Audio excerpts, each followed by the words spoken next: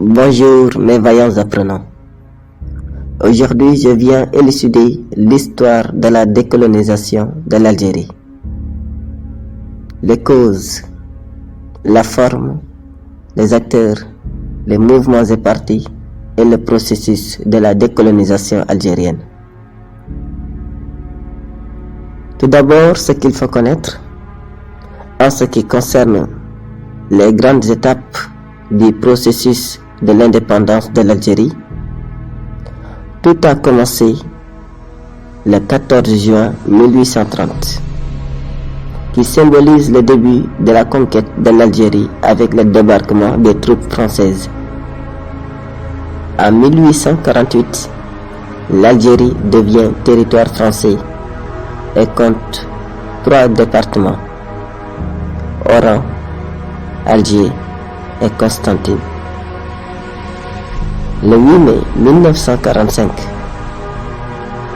on constate des émeutes à Sétif et dans le Constantinois, réprimés par l'armée.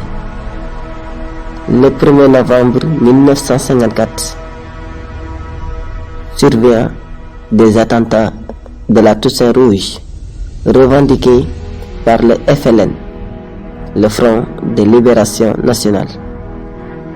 Le 7 janvier 1954 marque le début des 9 mois de la bataille d'Alger, menée par le général Jacques Massou. Le 13 mai 1958, on assiste à la formation du comité de salut public à Alger, présidé par le général Massou pour combattre le Front de Libération Nationale. Le 4 juin 1958, De Gaulle déclare « Je vous ai compris » au pied noir en Algérie. Le 16 septembre 1959, De Gaulle proclame le droit des Algériens à l'autodétermination. Le 24 janvier et le 1er février 1960,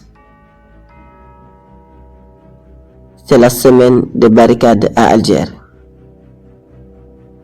La nuit du 21 au 22 avril 1961 est marquée par le putsch, le coup d'état des généraux de Loas, Chal, Salan, Youhoud et Zeller. Le 18 mars 1962 marque la signature des accords d'Évian prévoyant un cessez-le-feu dès le lendemain.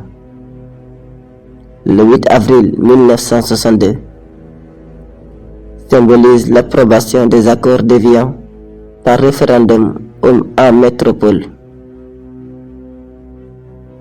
Le 5 juillet 1962, c'est la proclamation de l'indépendance de l'Algérie.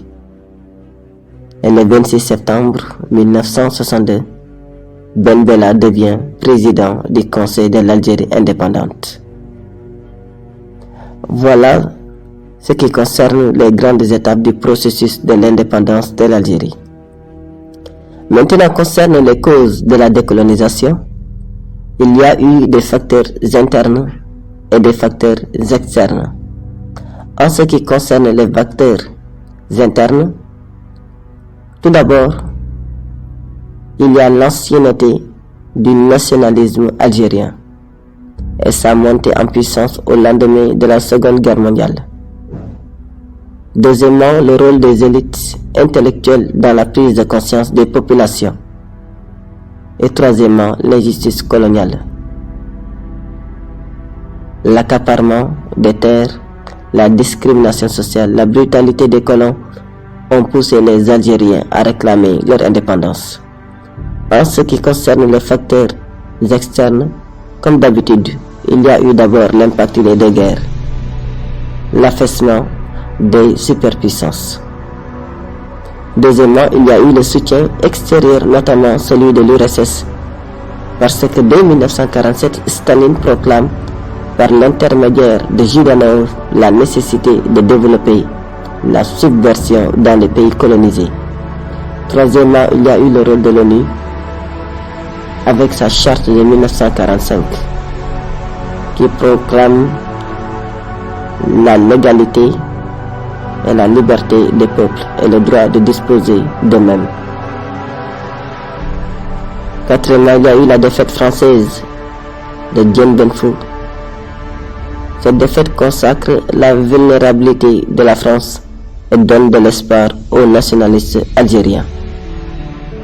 En ce qui concerne la forme de la décolonisation algérienne, l'Algérie a connu une décolonisation très violente du fait de la détermination des nationalistes algériens, bénéficiant d'un soutien extérieur, notamment celui des soviétiques, dans un contexte de guerre froide, mais aussi de l'Égypte et des milieux panafricanistes comme le Ghana indépendant de Kwame Nkrumah, Nelson Mandela, Sékou Touré.